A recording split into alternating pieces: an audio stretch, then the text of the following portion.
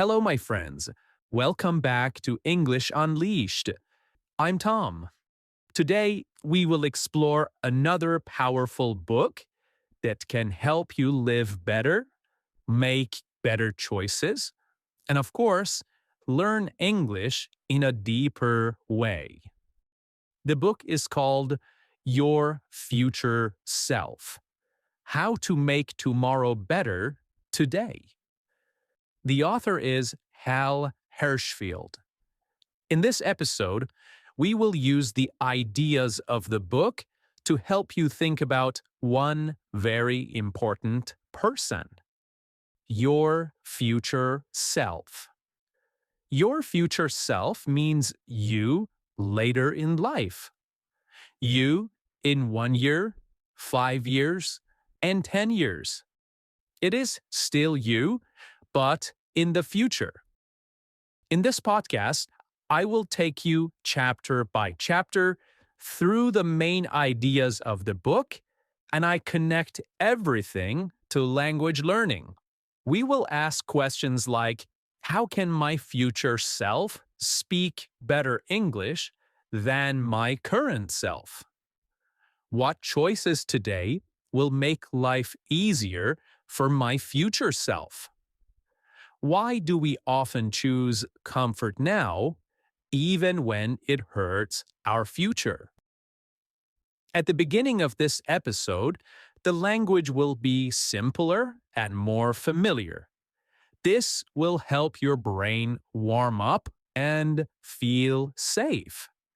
Then, step by step, chapter by chapter, the language becomes a little more advanced.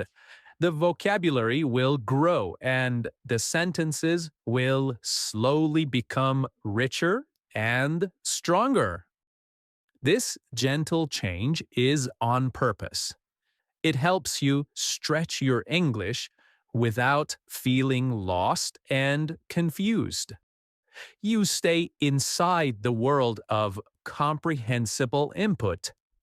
Comprehensible input is the English that is clear enough to understand, but still gives you new words, new ideas, and new structures. My goal is simple. I want you to see that you are not just learning English for today. You are learning for the person you will become. You are learning for your future self. Many people think about English only in the present moment. I am bad at speaking. I am shy. I make mistakes. But this book helps us move our eyes forward. It teaches us how to be kinder to the future version of us. How to make choices today that will make that future self proud, strong, and more fluent. As always, I will speak slowly and clearly. If I use a difficult word, I will explain it immediately in the same sentence. You do not need to take notes. You do not need to pause and study hard. Just sit with me, listen, breathe, and enjoy the journey. As you listen, your English is already growing. Your vocabulary is growing. Your sense of time and your sense of self are growing too. This is the magic of learning through stories and ideas. So, let's begin our journey with your future self. Chapter 1: Meeting Your Future Self. In the first big idea of the book, the author asks us to do something very simple but very powerful. He asks us to meet our future self. Of course, we cannot really travel in time. We cannot physically meet the future you. But we can imagine them. We can picture them clearly in our mind. To picture something means to see it in your imagination, like a movie in your head. Most of the time, we live inside our present self. The present self is the you that is here right now, listening to this podcast. The present self always wants comfort now. The present self prefers pleasure today. The present self does not like waiting. The future self is different. Your future self wants health, stability, and success later. The word stability means feeling safe and steady, not shaking, not in danger. Your future self wants you to save money, to exercise, to learn English, to grow in your work, to protect your relationships. But often, the present self and the future self do not agree. For example, your present self may say, I just want to relax and watch a series in my own language. Your future self may say, please listen to 10 minutes of English so that in 2 years we can speak confidently. These two voices live inside us. Sometimes the present self wins, sometimes the future self wins. The author explains that for many people, the future self feels like a stranger. A stranger is a person you do not know. When your future self feels like a stranger, it is hard to care about them. You do not feel responsible for them. So, if your future self feels like a stranger, you choose comfort today and forget about tomorrow. The author says that many of our problems come from this distance between our present self and future self. Distance here means how far something feels in your mind. The future feels far away, so we think it is not real. But of course it is real. One day, you will be that future person. Now, how do we meet our future self in a stronger way? One way is to imagine your life in a clear picture. You can close your eyes and ask, if I continue like this for 5 years, who will I be? How will my English sound? What kind of work will I do? How will my body feel?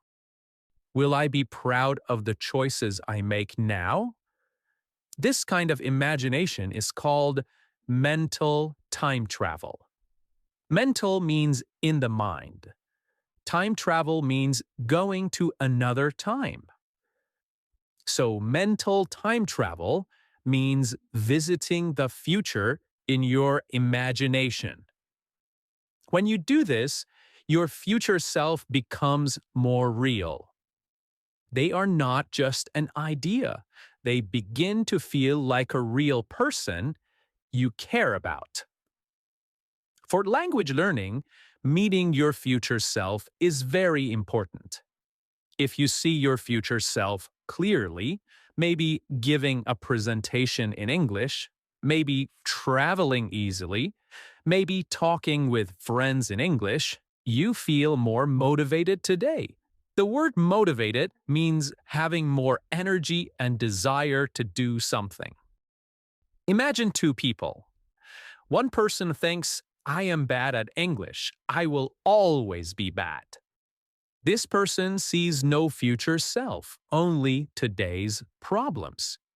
The other person thinks, I cannot speak well yet, but I can see myself in 2 years speaking calmly, making small mistakes, but communicating clearly. This person has met their future self.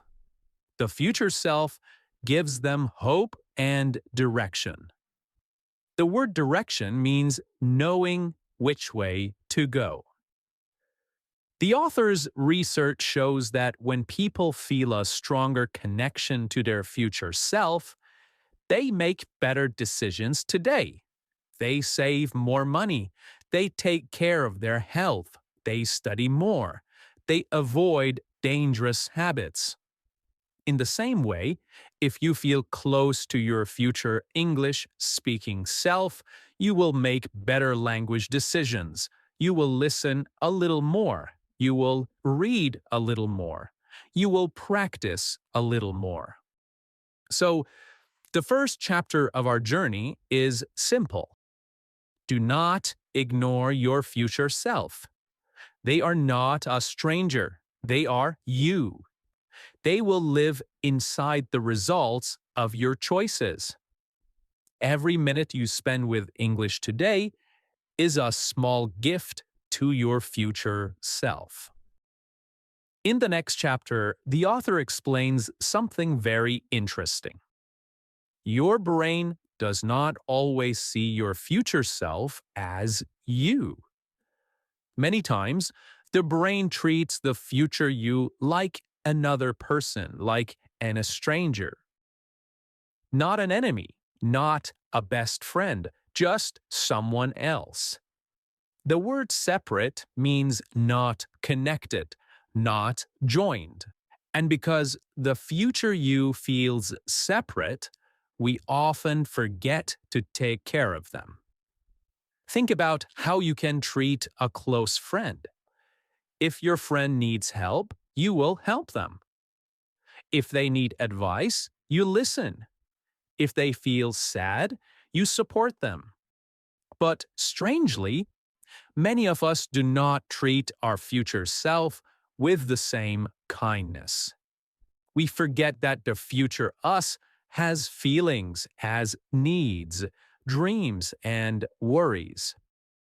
The author says that when your future self feels more real, you make better choices today. If you can imagine your future self clearly, like a real person with a real life, you start to care more. You start to think ahead. Thinking ahead means thinking about what will happen later, not only right now. This is very important for English learning. If your future self feels real, you naturally ask, what can I do today to help my future English? What small practice will make their life easier? What choice right now will help the future me speak more clearly? The author uses the idea of future self vividness. Vivid means something that is clear, colorful, and easy to imagine. So, vividness means being clear, colorful, and easy to imagine, right? When your picture of your future self becomes vivid, you feel closer to them. They are not a shadow, they are a person with a face, a voice, a room, and a daily life. Try this. Imagine yourself 2 years from now. See how you stand. See how you dress. See how confidently you speak English. Hear the calm, strong sound of your voice. This picture creates an emotional connection. Connection means a link between two things. And when you feel this connection, you feel responsible for that future version of you. It becomes harder to disappoint them. Disappoint means to make someone feel sad because you did not do what you should. The author also shares an interesting study. When people look at aged photos of themselves, photos showing how they might look at age 60, they make better choices. They save more money. They eat healthier food. They study more carefully. And they avoid bad habits. Why? Because the future self suddenly feels real. You can use this idea for English too. Imagine your future self using English in real life. Maybe at work, maybe when traveling, maybe helping someone. What does their face look like when they speak clearly? How proud do you feel? This picture gives you motivation that is much stronger than a grammar rule. So, the message of this chapter is soft and clear. Make your future self feel real. See them, feel them, understand them. When your future self becomes real in your mind, your choices today become wiser and kinder. And your English grows naturally because now you know exactly who you are learning for. The future you, the one who is waiting. Okay, my friends. Now, the author introduces the idea of the long game. The phrase the long game means thinking far into the future, not just today or tomorrow. It means making decisions with a long timeline. A timeline is the line of time stretching from now into the future. Most people play the short game. They choose what feels good now, even if it hurts their future. But the long game is different. Here you ask, what will my life look like in 10 years if I make this choice repeatedly? What skills will I have if I practice a little every day? What kind of person will I become if I stay consistent? For English learning, the long game is everything. Fluency does not come from one big effort. It comes from small daily habits that compound over months and years. The word compound means to increase slowly by adding small pieces again and again, like interest growing in a bank account. The author says that the long game needs patience. Patience is the ability to wait calmly without frustration. Many language learners lack patience. They want fast results. They want to speak fluently in a few weeks. When this does not happen, they feel disappointed and give up. But the long game teaches us a more realistic truth. Small progress is still progress. 1 minute of listening is progress. One new word with meaning is progress. One sentence said out loud is progress. These small actions accumulate. The word accumulate means to gather slowly over time. The author also introduces the concept of delayed gratification. This is a big word.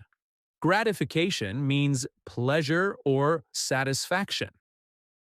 Delayed gratification means waiting for a bigger reward later instead of taking a smaller reward now.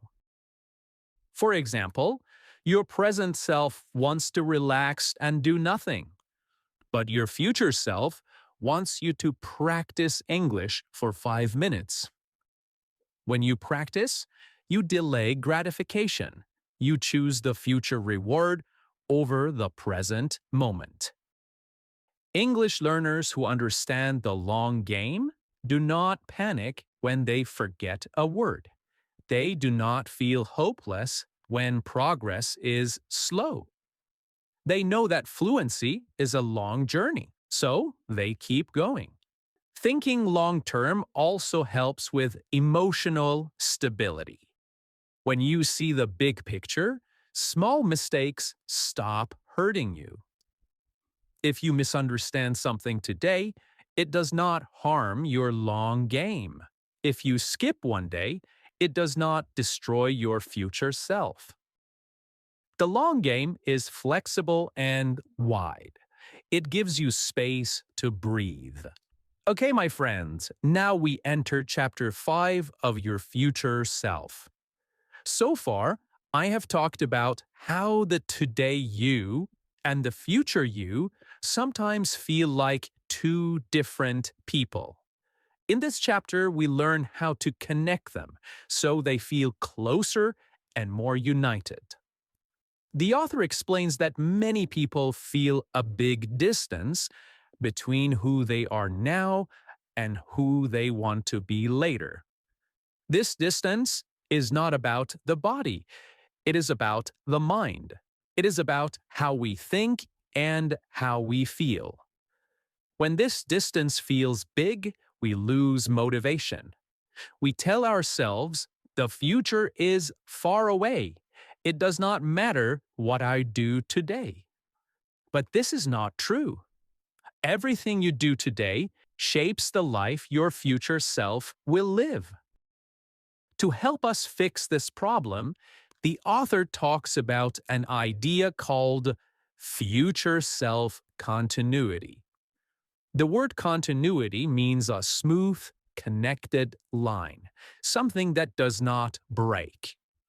Future self continuity means feeling that the you today and the you tomorrow are the same person on one long journey.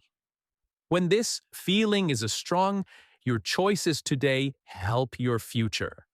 When this is weak, you choose easy comfort now and ignore tomorrow. So, how do we make this connection stronger? One simple way is visualization. Visualization means using your imagination, using your thoughts to see clear pictures in your mind. Imagine your future self in a real situation, at work, in a meeting, on a trip, or speaking English with confidence. When you imagine this clearly, your brain starts treating that future self like a real person who needs your help. Imagine this moment. You see your future self sitting in a room with people from different countries. Someone asks a question. Your future self answers calmly with clear English. They smile because they understand every word. Your future self feels proud and confident. When you imagine this clearly, you feel closer to that future version of you. And when you feel close to them, you naturally want to help them. Another simple way to build this connection is through small actions. Just think of small actions that show care. For example, listening to 2 minutes of English today is like saying to your future self, I am helping you. Reading one short paragraph is like sending a message to your future self, I'm building something better for you. These small actions matter. They are important. They create micro progress. Micro means very small. Micro progress means tiny steps that slowly bring the present you and future you closer together. Many learners think progress must be big and dramatic. But tiny steps are often better because they are easy to continue and they do not create stress. For example, repeating one English sentence every day for a month will help your memory more than studying grammar for 1 hour and then stopping. Small steps add up. So the author says that the strongest connection between present and future you is built with three simple things: imagination, kindness, and repeatable actions. Let's talk about kindness. This is also called compassion. It means being gentle. It means being gentle with your future self. Imagine your future self at the end of a long day. Your future self is tired. They need English to communicate. When you practice for even 1 minute today, you are helping them. You are giving them strength. Imagine your future self. Your future self needs English to communicate. When you practice for even 1 minute today, you are helping your future self. You are giving them strength. So, the message of this chapter is simple and soft. Your future self is not far away. You can reach them through imagination. You can reach them through tiny steps and small daily acts of care. Every minute you spend with English today is a gift to the person you will soon become. Okay, my friends, now we have reached the end of our long journey through your future self. In this episode, the language began simpler and became more complex, just like your own journey. At first, things felt softer and easier. Then, the vocabulary grew, the ideas expanded. Thank you so much for staying with me through this long, thoughtful journey. Thank you for listening slowly and with an open heart. Thank you for choosing to grow. I'm Tom, and this is English Unleashed. I'm proud of you, truly proud. Keep listening and keep practicing. Your future self is smiling because of you. Bye for now.